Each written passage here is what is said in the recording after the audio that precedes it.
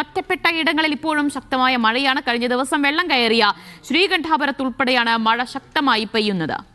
സൈഫുള്ള വിവരങ്ങൾ നൽകും. സൈഫുള്ളായി, ശ്രീകണ്ഠാപുരം ഉൾപ്പെടെ ഈ താഴ്ന്ന പ്രദേശങ്ങളൊക്കെ വെള്ളത്തിനുള്ളിലാണോ ഇപ്പോൾ?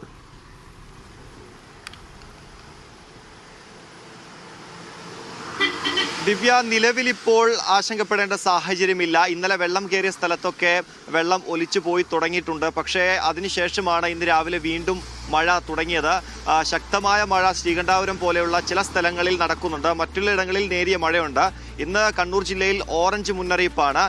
പക്ഷേ സാഹചര്യം ഒന്നുകൂടെ വിലയിരുത്തി ഈ അലേർട്ട് മാറാനുള്ള സാധ്യതയുമുണ്ട്.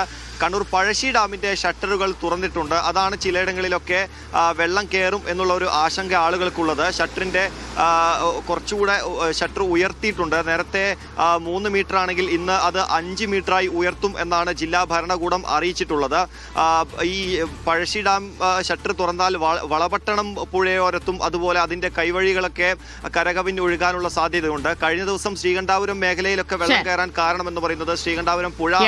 കണ്ണൂരിൽ ശ്രീകണ്ഠാപുരം ഉൾപ്പെടെയുള്ള താഴ്ന്ന പ്രദേശങ്ങളിലൊക്കെ വലിയ വെള്ളക്കെട്ടാണ്, വെള്ളം കയറിയ അവസ്ഥയാണ് ഇപ്പോഴും ഉള്ളത്. ഇപ്പോഴും ഒറ്റപ്പെട്ട ഇടങ്ങളിലൊക്കെ ശക്തമായ മഴ തന്നെയാണ് തുടരുന്നത്. നമ്മൾ